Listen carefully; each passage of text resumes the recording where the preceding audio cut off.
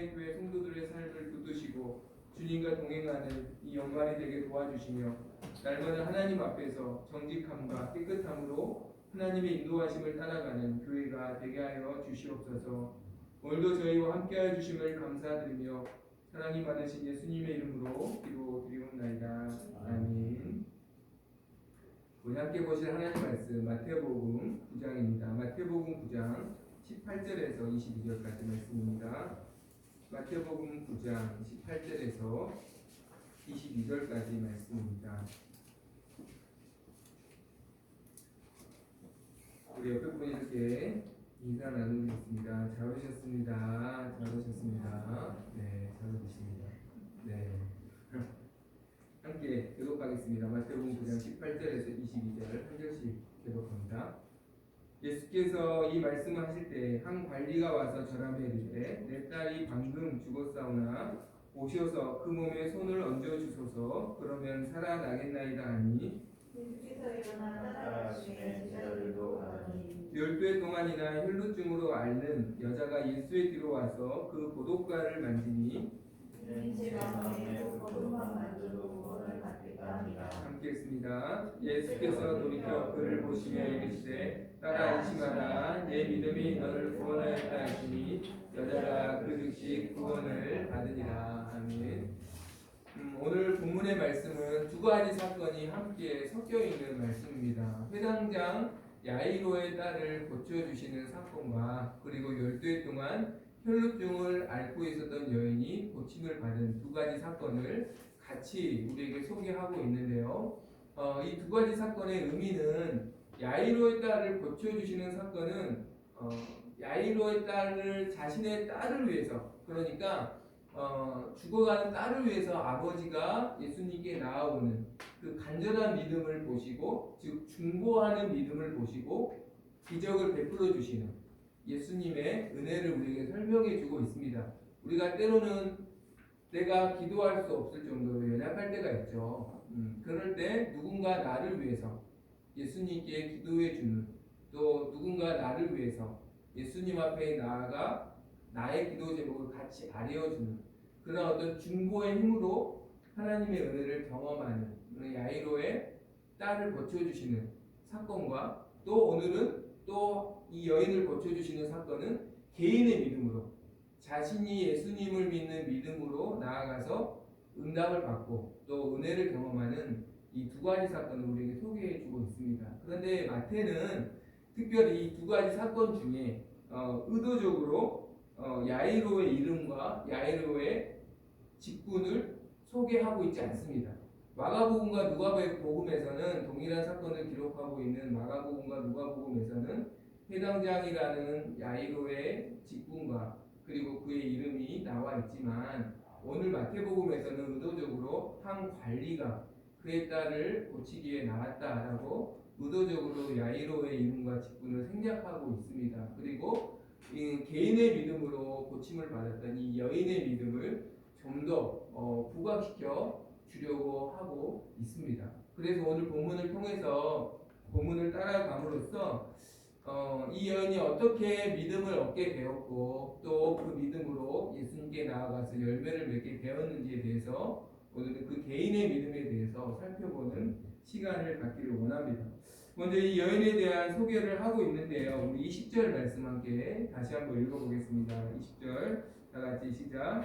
12해 동안이나 혈루증으로 앓는 여자가 예수의 뒤로 와서 그 고독가를 만지니 12해 동안 혈루증을 앓고 있었던 여인이다라고 말씀합니다.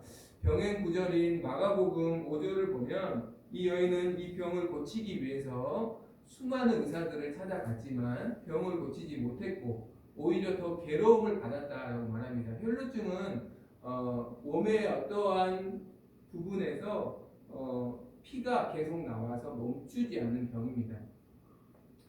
그래서 이 병은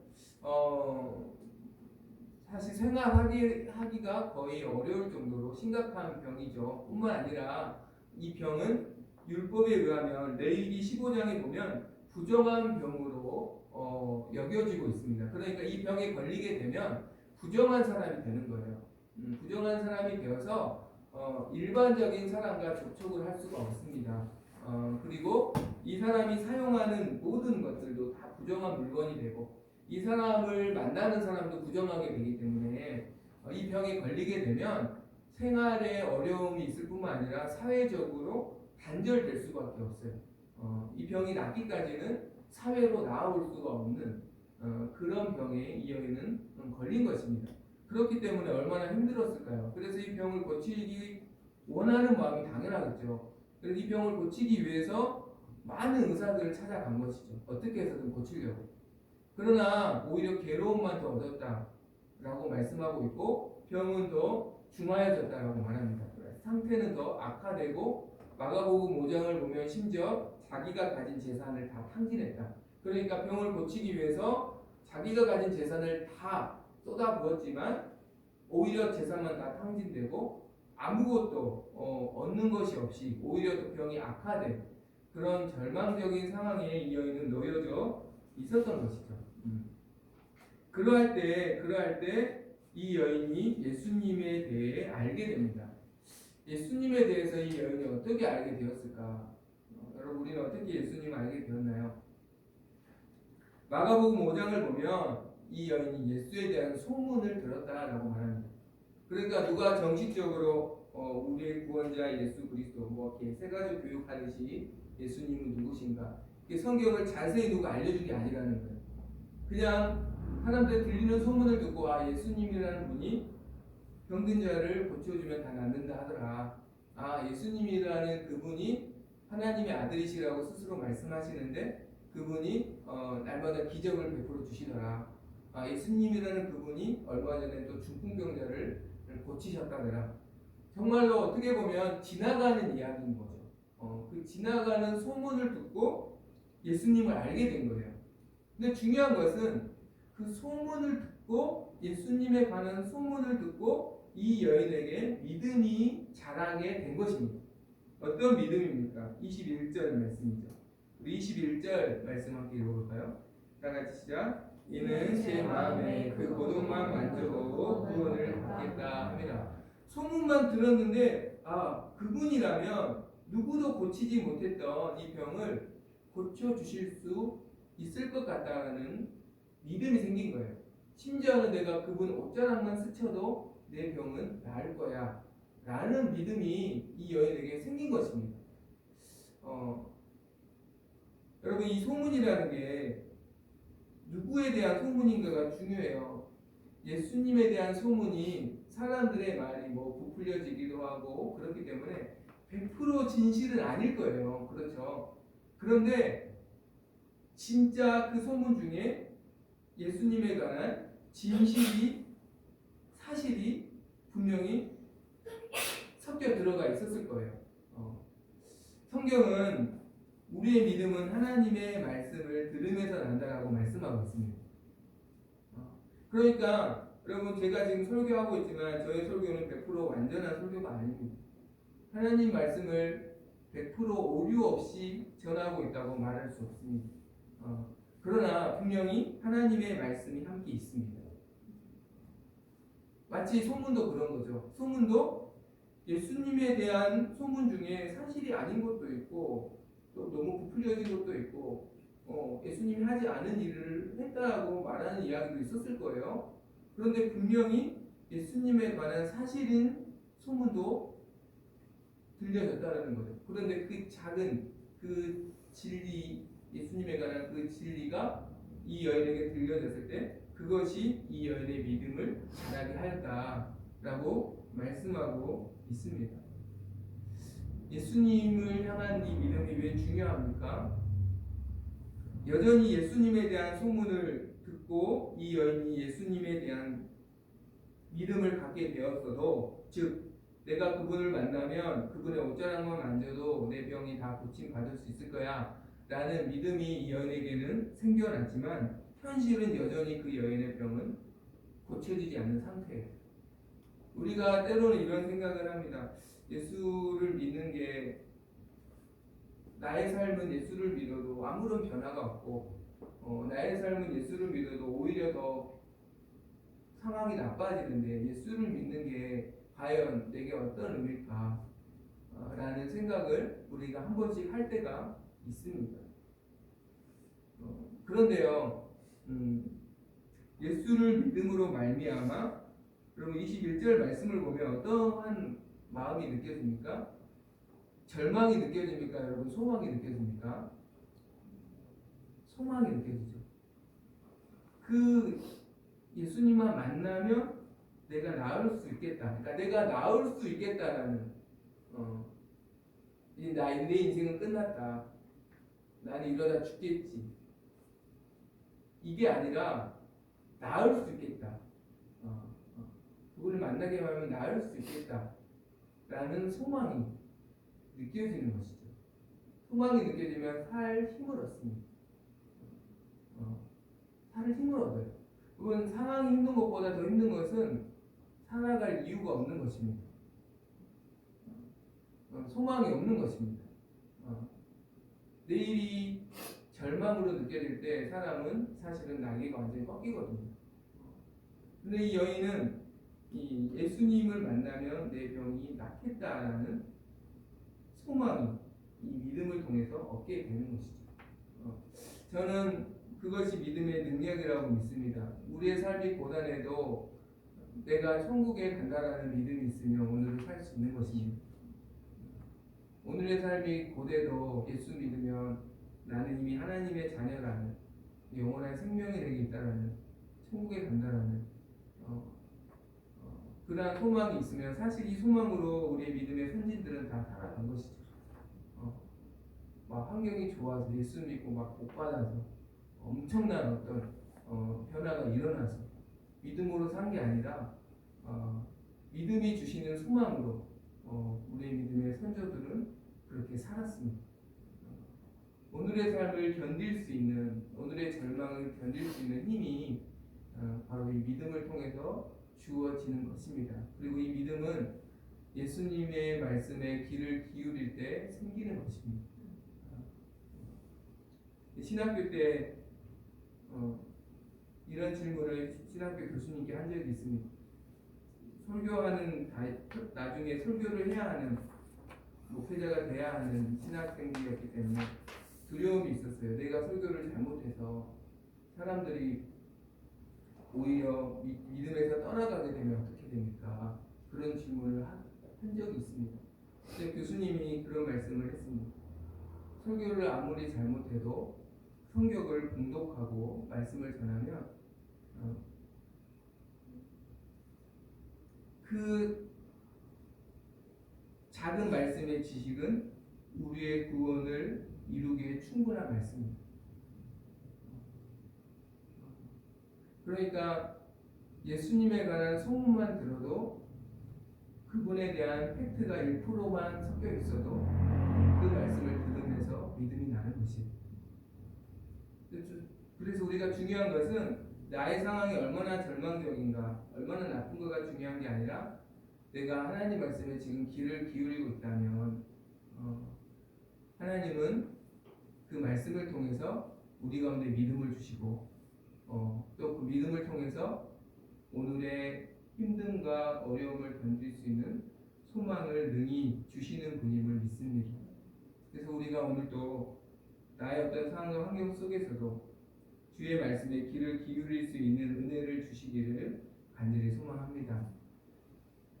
그 소망을 가지고 있는 이 여인에게 드디어 기회가 왔습니다. 바로 예수님께서 이 마을을 지나가고 계신다는 소식이 들려온 것이죠. 사실은 여러분 혈루증이 있다는 것은 몸에 유출이 있다는 거잖아요. 피가. 그러니까 어떤 장시간을 이동할 수가 없어요. 그래서 예수님이 어디 계시다는 소식은 알고 있지만 이동할 수가 없기 때문에 사실 이 여인은 자신의 거처를 벗어날 수가 없었거든요. 그런데 예수님이 바로 내 집 앞을 지나가신다. 이 마을을 지나가신다. 라는 소식이 이 여인에게 들려온 것입니다. 옷자락만 만지면 내 병이 낫겠다라는 그 자신의 믿음을 행위로 나타낼 수 있는, 보여줄 수 있는 절호의 기회를 맞은 것이죠. 그런데 당시 상황은 그렇게 녹록지 않았습니다. 예수님은 지금 이 여인의 마을 앞을 지나가시는 중이지만 예수님이 이 여인의 마을 앞을 지나가시는 이유는 18절에 나와 있습니다. 18절 19절 말씀 함께 읽어볼까요? 다 같이 시작. 예수께서 이 말씀하실 때 한 관리가 와서 저ram에 이르되 내 딸이 방금 죽었사오나 오셔서 몸에 손을 얹어 주소서. 그러면 살아나겠나이다 하니 예수께서 일어나 따라가시매 제자들도 가더니 예수님은 지금 어디 가시는 중이에요? 야이로의 딸을 고치시기 위해서 가시는 중입니다. 그러니까 예수님은 누군가를 돌아볼 그런 경황이 분명히 없어 보이는 상황입니다. 왜냐하면 야이로의 딸이 지금 생명이 위급하기 때문에 그 딸을 고치시러 바쁘게 지금 예수님은 가시는 중이에요. 어제 환희가 갑자기 새벽에 배가 아프다고 저희를 찾아왔습니다. 증상이 아무래도 장염 같아요. 애가 막 우니까 나 안 되겠다 해서 응급실에 가야겠다고 환희를 데리고 응급실 갔어요. 윌슨 기념병원이라고 있어요, 이 근처에. 갔는데 소 아이를 위한 약이 없대요. 그래서 다른 병원에 가보라, 더 큰 병원에 가보라. 그래서 동선병원이나 이런 데 가보라 그래서 동선병원에 갔습니다. 동선병원 꽤 크거든요. 종합병원이잖아요. 갔는데 친찰까지 받았어요. 뭐 이렇게 간호사랑 이렇게 와서 했는데 친찰까지 해놓고 우리 병원에서 안 될 것 같다. 빈센트 병원으로 가라 라고 말하는 거예요. 많은 생각이 오가더라고요. 근데 다행히 환희가 많이 좋아졌다 라고 그래서 또 화장실도 가고 싶다. 그래서 집으로 가서 감사하게 지금 괜찮아졌는데 그런 말을 했어요. 동성병원에서 아주대 아니면 빈센트를 가야 되는데 아주대에서는 아마 응급 환자를 받지 않을 것이다. 그러니까 빈센트로 가려면 가라 라고 얘기를 하더라고요. 그럼 아주대에서 받지 않을 거다라는 말을 듣고 아주대에 갈 수는 없죠. 그렇죠? 지금 예수님은 분명히 이 여인을 기다리거나 뭐 누군가를 받아들일 그런 상황이 아니에요. 목숨이 막 이렇게 왔다 갔다 하는 이 야이로의 딸을 고치기 위해서 온갖 거기에 집중을 두고 거기 가시는 중이에요. 그런데 그분께 나아가서 나 좀 고쳐주세요 할 수 있기가 사실은 굉장히 쉽지 않습니다. 쉽지 않아요. 또 뿐만 아니라 수많은 무리들이 지금 예수님과 동행하고 있습니다. 이 수많은 무리들 중에서는 이 여인이 혈루병을 앓고 있다는 것을 알고 있는 마을 사람들도 많을 거예요. 즉 이 여인은 부정한 여인이라는 것을 그래서 이 여인을 정죄할 수 있는 많은 사람들도 분명히 예수님과 지금 함께하는 사람들 중에 섞여 있었을 거예요. 이 사람들의 어떤 정죄를 예수님께 나아가면 피할 수 없는 거죠. 율법을 어겼다라는 정죄를 받을 수밖에 없습니다. 그런데 그럼에도 불구하고 이 여인은 예수님의 뒤에 가서 그분의 옷자락을 만졌습니다. 여러분 신앙생활을 영적인 전쟁이라고 이야기합니다. 믿음은 히브리서 11장을 보면 하나님을 찾는 것이 믿음인데요. 사실 하나님을 찾는다라는 것은 참 말은 간단하지만 이것을 실행에 옮기는 것은 참 어렵습니다. 왜냐하면 믿음 자체가 신앙생활 자체가 영적인 전쟁이기 때문에 더 쉽게 말하면 이 여인이 예수님께 나아가기가 어려운 장애물이 있었던 것처럼 우리 모든 사람에게는 모든 어떤 예외가 없죠. 모든 사람에게는 예수님께 나아가기 어려운 연약함과 또 어떤 우리의 어려운 상황과 현실이 있다라는 것이고 뿐만 아니라 실제로 우리가 예수님께 나아가지 못하게 하는 그것을 방해하는 원수 마귀가 지금도 활동하고 있기 때문입니다. 그러니까 예수님께 나아가기 100% 만족스러운 상황은 우리 평생에 오지 않을 것입니다. 분명히 항상 예수님을 찾고 나아갈 때 존재하는 어려움, 그런 장애물, 그러한 방해하는 어떤 역사의 상황 속에서 우리는 예수님께 나아가야 하는 것이 굉장히 어려운 거예요. 그래서 성경은 그것을 영적 전쟁이다 라고 우리에게 실제로 말씀하고 있습니다. 이 여인에게도 저는 아예 아주대는 생각하지도 않았거든요. 아주대는 안 받아줄 거다. 그래 비즈니스를 갈지 말지만 고민했지 아주대를 가야겠다라고 아예 생각조차 하지 않았어요. 할 수가 없죠. 안 받아준다는데. 그런데 이 여인은 그럼에도 불구하고 예수님께 나아갑니다. 왜요? 더 간절했기 때문에. 간절해서 무리들의 사이에 끼어서 예수님의 옷자락을 만집니다. 그러자 여러분 예수님의 뒤에 가서 옷자락을 만졌다는 것은 사실 확신은 없었다는 거죠. 예수님 앞에 나아가서 예수님 나를 맞아줄지 거기에 대한 어떤 확신과 또 사람들의 시선을 온몸으로 감당할 확신은 없었다는 거죠. 자신은 없었다는 거죠. 그러니까 100% 완전한 믿음은 아니었다는 거죠. 그럼에도 불구하고 그 작은 믿음으로 그 간절한 믿음으로 예수님께 나온 그 여인의 믿음을 예수님은 기억해 주시고 그가 믿는 대로 그 믿음이 현실이 되게 하십니다. 옷자락을 만지자마자 그 여인이 고침을 받았다라고 마가복음과 누가복음은 말씀하고 있습니다. 옷자락을 만지는 순간 병이 나았다라고 말씀합니다. 그리고 그 결과 그 이유에 대해서 이렇게 말씀합니다. 마가복음 이 말씀을 찾아봅니다. 마가복음 5장 30절.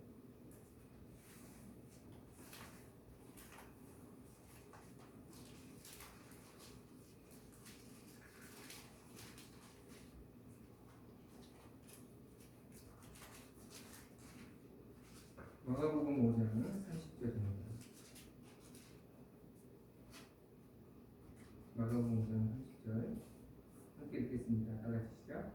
예수께서 그 능력이 자기에서 나간 줄을 곧 스스로 아시고 우리 가운데서 우리에게 말씀하시되 누가 내 옷에 손을 대었느냐 하시니, 그렇죠. 예수님의 능력이 나가서 이 여인이 낫게 된 것이죠. 그렇죠.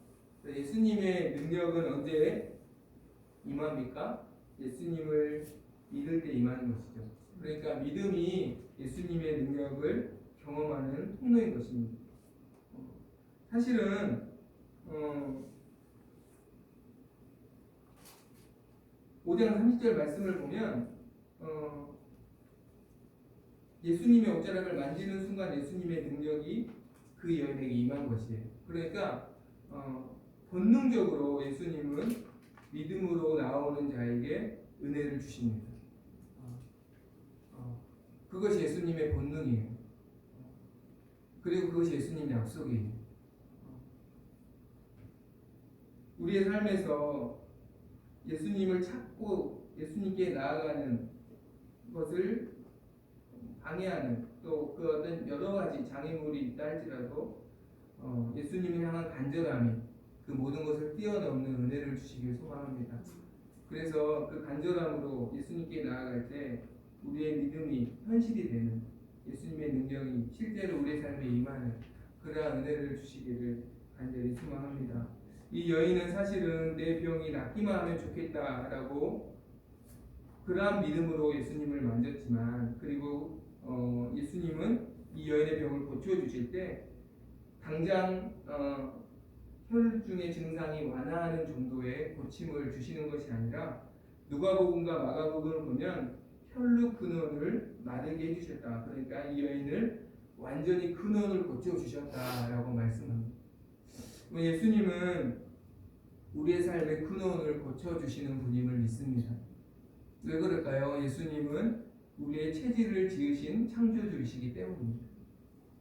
시편 103편 14절에 보면 주님이 우리의 체질을 아신다. 주님은 우리를 지으셨기 때문에 우리의 연약함의 근본 원인이 어디 있는지 아시기 때문에 그것을 고쳐주시는 분입니다. 뿐만 아니라 주님은 우리를 어떠한 상황에서도 회복시켜 주시는 구원주이시기 때문입니다. 구원이라는 말 자체가 본래로 돌아간다는 의미가 있어요. 근원을 고쳐주셨다는 것은 12년 전에 병이 걸리기 전에 건강했던 모습으로 본래 모습으로 회복시켜 주셨다라는 것입니다. 예수님을 믿으면 우리는 구원을 받습니다. 근데 그 구원은 피조물과 하나님과의 죄로 인해서 깨어진 관계를 회복하는 것에서 그치는 것이 아니라 하나님과 더 친밀한 관계, 자녀와 아버지의 관계로 어떻게 보면 원래의 상태보다 더 온전함으로 만들어 주시는 구원입니다. 이것을 가능하게 하시는 분은 오직 예수 그리스도밖에 없습니다. 또한 예수님은 하나님은 자녀의 모든 필요를 이미 아시는, 그래서 자녀에게 가장 좋은 것을 주시는 아버지이시기 때문입니다. 오늘 말씀 보면 22절에 따라 안심하라 라고 주님 말씀하십니다.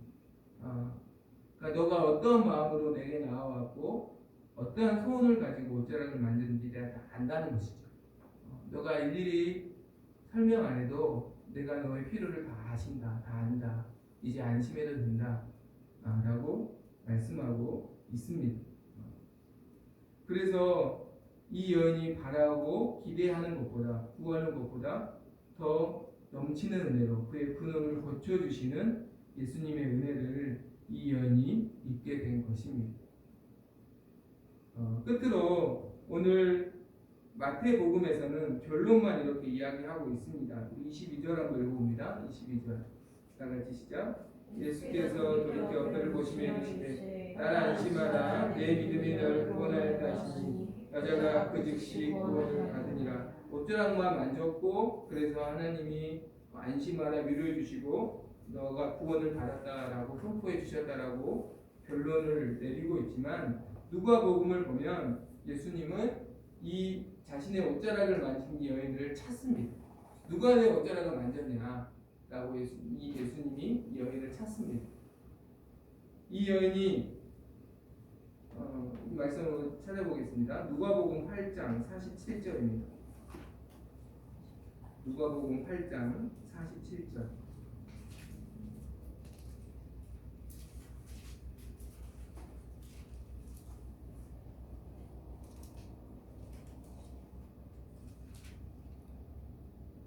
한번 읽어보겠습니다. 다같이 시작. 여자가 스스로 숨기지 못한 죄로 떨며 나와 엎드려 그 손댄 이유와 곧 나은 것을 모든 사람 앞에서 말하니. 그렇죠.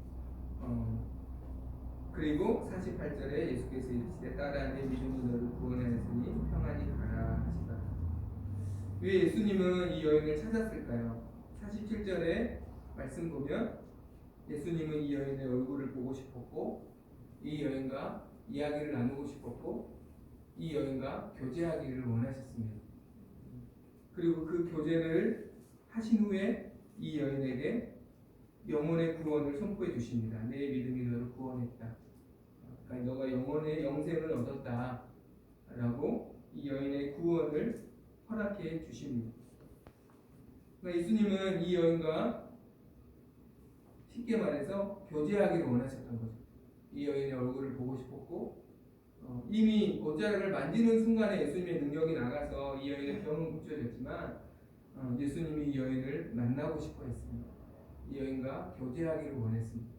그 교제를 통해서 이 여인은 영혼의 구원까지 얻게 된 것입니다. 우리가 신앙생활을 하다 보면 처음에는 어떤 나의 필요에 의해서 주님을 찾고 그래서 주님의 은혜를 경험할 때가 있습니다. 그리고 때로는 이 여인처럼 예수님을 아는 아주 작은 지식을 통해서 예수님께 나아갔는데 어떤 응답을 경험할 때도 있습니다. 심지어는 예수님을 믿지 않는 자에게도 하나님은 은혜를 주십니다. 근데 중요한 것은 응답 받은 것으로 우리가 그치는 것이 아니라 그 기회를 통해서 주님과 인격적인 교제를 나눌 때 우리가 그 교제를 통해서 더 온전한 하나님의 은혜를 누리게 될 줄로 믿습니다. 병이 나아도 결국 죽는 건 마찬가지잖아요. 언젠가는. 그런데 영혼의 구원을 받는다는 것은 영원한 생명을 얻는 것이죠. 병을 나은 곳에서 이 여인이 그치고 교제하기를 원하시는 주님 앞에 나아가서 그분의 얼굴을 보지 않았다면 이 여인은 영혼의 구원을 얻지는 못했을 것입니다. 그리스도 안에서 항상 더 좋은 것이 있음을 여러분 믿으시기를 바랍니다. 그래서 언제나 우리의 목적은 예수님과 더 깊은 사귐과 더 깊은 교제를 누리기에 그것에 우리의 목적을 두고 살아가는 은혜를 주시길 소망합니다. 그럴 때 이전보다 더 풍성하고 깨닫지 못한 하나님의 풍성하신 자비하신가 은혜가 저와 여러분과 함께하여 주실 줄 믿습니다. 오늘 내가 어떠한 응답을 받았다면, 어떠한 축복을 받았다면 주님과 인격적인 관계에 더 집중할 수 있기를 바랍니다. 그분을 알기에 더 힘쓰고, 이 여인 같은 경우는 소문으로만 들었던 예수님이 진짜 어떤 분인가 더 주님과 만남을 통해서 알게 되었을 것이고, 또 그분을 더 알아가기에 힘쓰는 삶을 살았을 것입니다. 그를 통해서 이 여인이 더 하나님의 풍성한 은혜를 누렸을 것이라 믿습니다. 이 은혜가 저와 여러분에게 함께해 주시기를 간절히 소망합니다. 시간 찬양하고 기도하겠습니다.